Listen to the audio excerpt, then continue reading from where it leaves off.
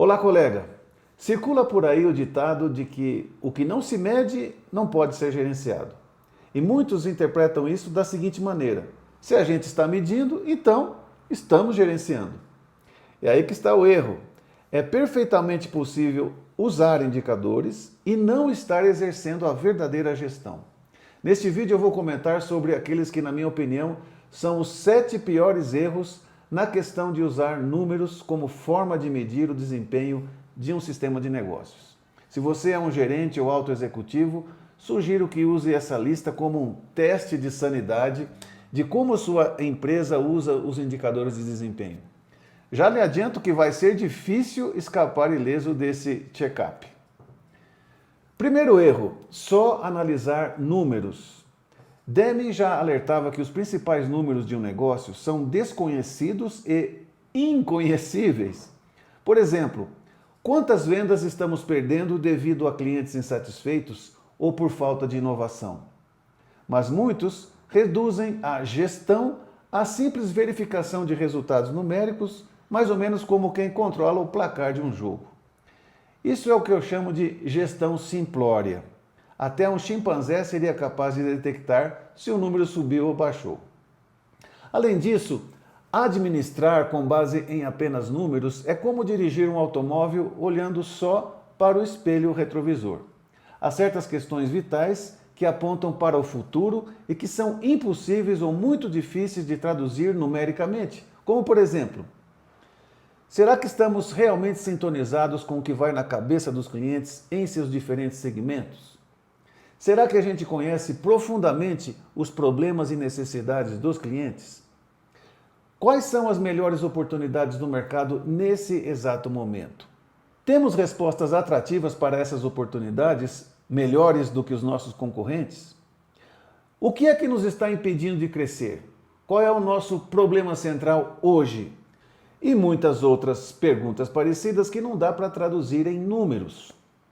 Portanto, a questão é medir, sim, mas que os números sejam apenas uma das vertentes que se consideram com o propósito de lançar luz sobre o processo de análise, reflexão e tomada de decisões. Segundo erro, só usar indicadores financeiros. Os resultados financeiros são simplesmente vitais, é claro, mas no fundo são apenas isso, resultados. Embora importantes e absolutamente indispensáveis de serem medidos e controlados, os números do bottom line monetário são, como dizem os gringos, lagging indicators, ou indicadores reativos, pois muita água já passou por debaixo da ponte quando chegamos aos resultados finais de lucratividade. É preciso usar também o que são os leading indicators, ou indicadores proativos, que permitam monitorar outras dimensões vitais do negócio, tais como o nível de inovação da empresa, a satisfação dos clientes, o nível de competência profissional dos colaboradores, o comprometimento dos colaboradores, para citar apenas alguns exemplos.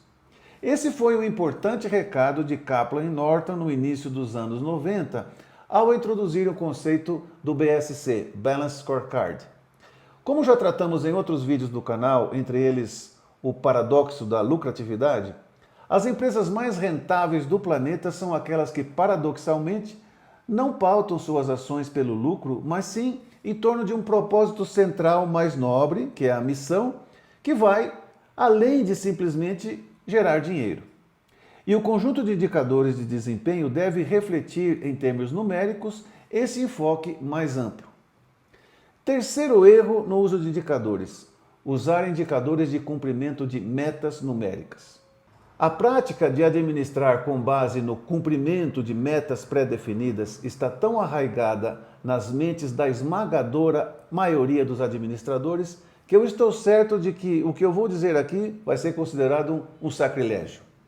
Mas considere por um momento a possibilidade de que uma empresa não estabeleça e não exija o cumprimento de metas numéricas estabelecidas a priori.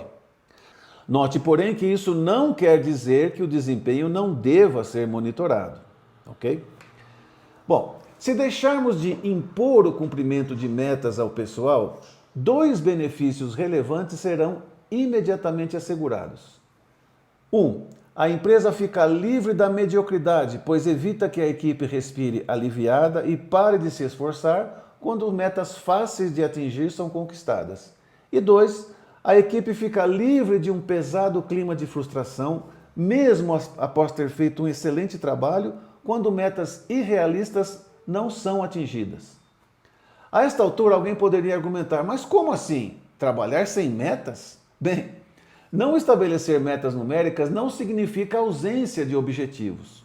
Uma coisa é elaborar objetivos estratégicos e decidir as correspondentes táticas como resultado de um abrangente e profundo exercício de análise e planejamento, e outra coisa completamente diferente é estabelecer arbitrariamente certas metas numéricas após uma análise superficial. Por exemplo, aumentar substancialmente as vendas no canal atacadista, que é a declaração de um objetivo estratégico, através de garantir a reposição em 24 horas do produto que foi vendido e a substituição de produto que não gira. Essa é uma declaração da correspondente tática. Isso é muito diferente do que impor uma meta numérica do tipo aumentar 35% as vendas em todos os segmentos até janeiro do ano que vem.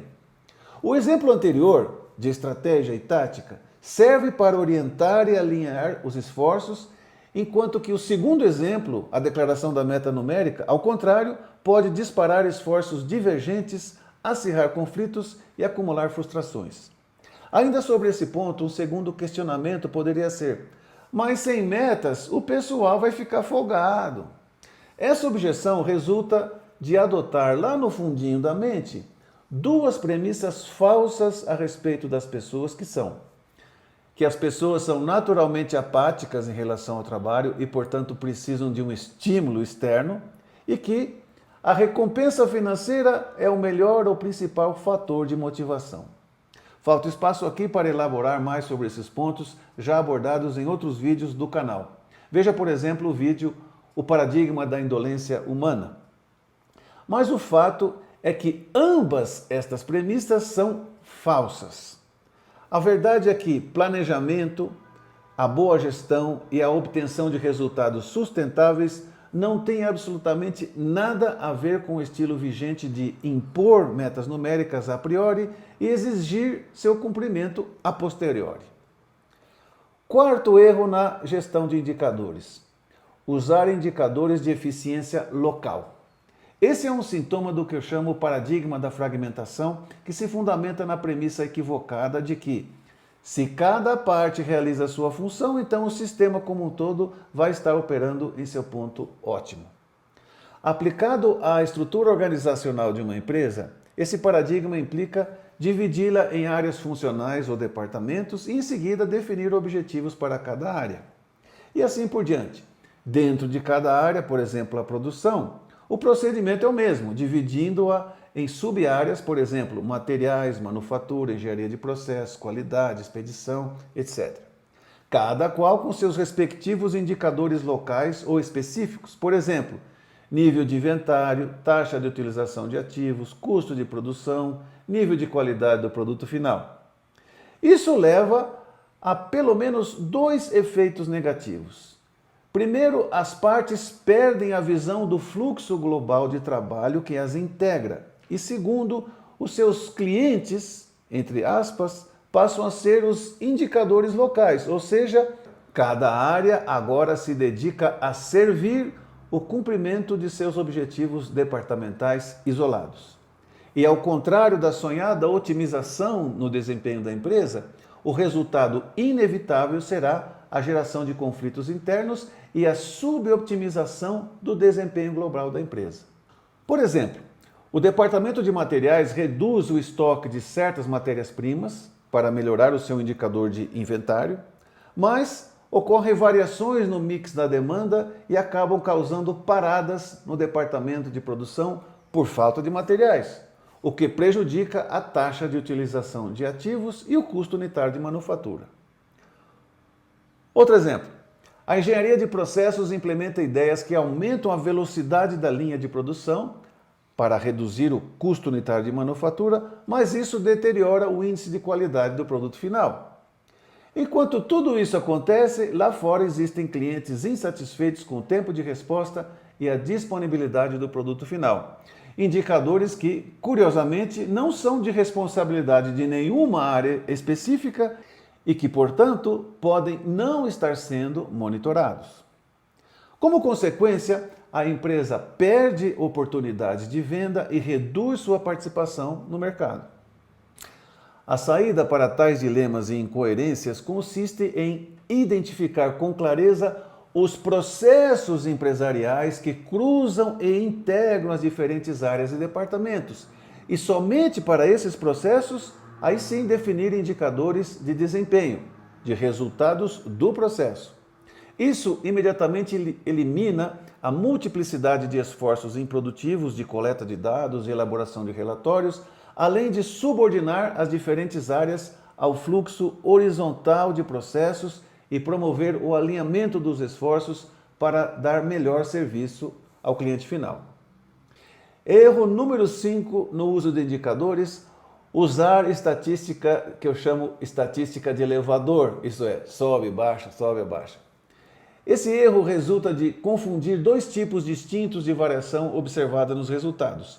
Aquelas que são puramente aleatórias e intrínsecas do processo do qual se origina o indicador, que é o que a gente chama de variação comum, e a variação provocada por causas esporádicas, externas ao processo, que a gente chama de variação especial. Mais precisamente, o erro está em confundir variação comum com variação especial. Explico tomando como exemplo um indicador de vendas. Ao comparar dois valores consecutivos, por exemplo, as vendas semanais, é altamente provável que eles sejam diferentes. Tomando como referência o primeiro valor, muito provavelmente o segundo ponto sobe ou baixa, não como resultado de alguma ação específica que a gente tenha tomado antes, mas como resultado puramente aleatório de uma infinidade de causas naturais do processo, e tudo isso é a variação comum. Particularmente, se um valor se afasta razoavelmente da média, é muito provável que o próximo valor seja atraído em direção à média, já que é em torno da média que se concentram a grande maioria dos pontos. Então suponha que a gente tenha, por mero acaso, um valor de vendas, numa dada semana, relativamente baixo. Desprovido de maior conhecimento de como interpretar corretamente a variabilidade do processo de vendas, o gerente responsável reage àquele dado isolado e decide convocar o indivíduo ou equipe que reportou a informação, aplicando-lhes uma repreensão ou um discurso exortativo. O pessoal sai então desesperado para tentar vender mais, mas sem ter a menor ideia de qual tenha sido o seu erro e muito menos do que fazer especificamente para que as vendas aumentem. É claro que, por mera questão probabilística, sem qualquer relação com o apelo do gerente ou com o esforço da equipe, o próximo valor das vendas será, muito provavelmente, maior. E isso vai gerar um duplo engano. Por um lado, o gerente sai convencido da sua habilidade de motivar o pessoal, e por outro, os vendedores se entusiasmam com sua capacidade de reação. Agora, imagine a situação oposta, quando se obtém, por mero acaso, vendas relativamente altas. De novo, o gerente reage e, para não dar a entender que é um chefe que só vê o lado ruim das coisas, decide elogiar e premiar o indivíduo ou a equipe responsável pelo bom resultado de vendas. O pessoal então recebe de muito bom grado o reconhecimento, mas sem ter a menor ideia de o que é que eles fizeram de diferente para conquistar tal honraria. Novamente entra em cena a senhora probabilidade e é claro que o próximo valor de venda será muito provavelmente menor do que aquele valor excepcional alto. E isso leva aquele gerente a concluir que, sabe que, não se pode elogiar as pessoas, elas já vão se ficando muito convencidas e tira o pé do acelerador. Agora, multiplique essas ocorrências ao longo do tempo e o resultado será um gerente amargurado e uma equipe ressentida e desorientada, além de ter um processo que apresenta um desempenho crônico sem uma tendência expressiva de melhoria. Isso lhe soa familiar? A solução para este erro está a apenas umas poucas horas de treinamento para que o gerente entenda a natureza da variação e saiba como aplicar o critério estatístico para interpretá-la corretamente e tomar decisões mais acertadas. Vamos agora ao sexto erro no uso de indicadores: usar demasiados indicadores. Esse erro também é uma consequência do paradigma da fragmentação. Ao dividir a empresa em departamentos, áreas ou mesmo processos, a tendência natural é considerar que todas as partes são igualmente importantes e que, portanto, a gente deve monitorar o desempenho de cada uma. E com a facilidade dos sistemas informáticos, rapidamente se acumulam dados em grande quantidade. Além do desperdício de tempo e recursos, o principal problema resultante é a falta de foco. Porque se tudo é importante, então nada é importante. E muito provavelmente não são medidos ou não recebem a devida atenção os números mais importantes para o negócio.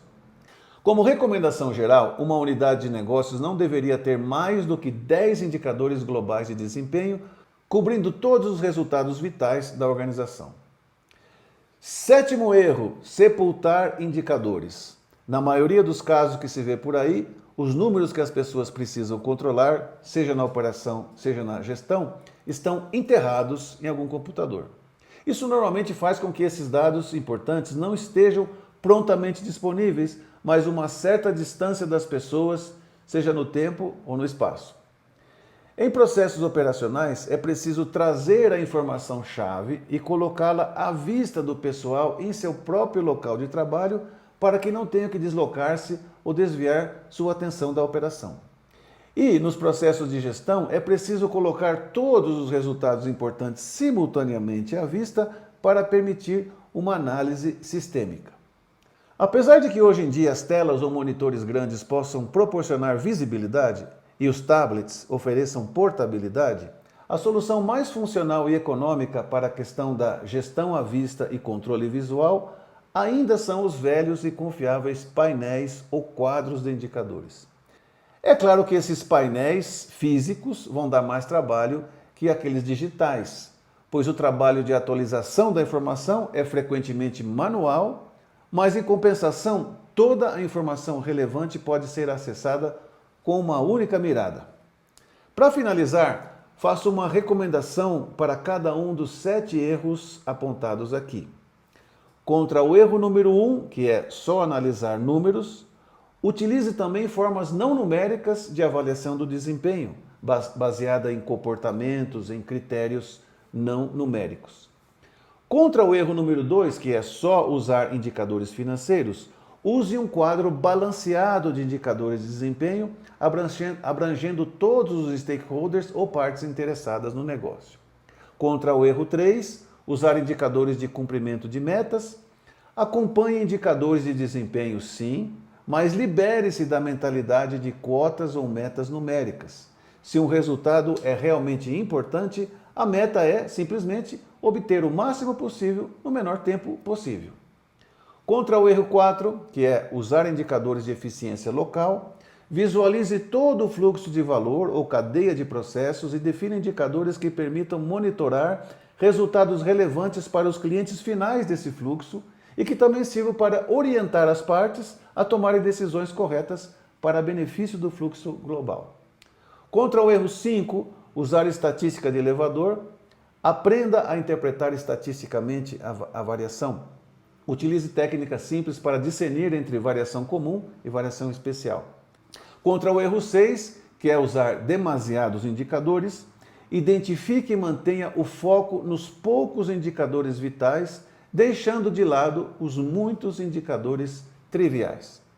E finalmente, contra o erro 7, que é sepultar indicadores, coloque a informação necessária e suficiente à vista das pessoas que precisam dela para controlarem e melhorarem o que fazem. Espero que você tenha gostado das dicas que lhe deixei aqui. Se é este o caso, por favor, você já sabe, não se esqueça de me deixar o seu like, comente e compartilhe. Isso vai me ajudar muito, pelo que eu já, desde agora, te agradeço, colega. Obrigado por ter me acompanhado até o final e até a próxima.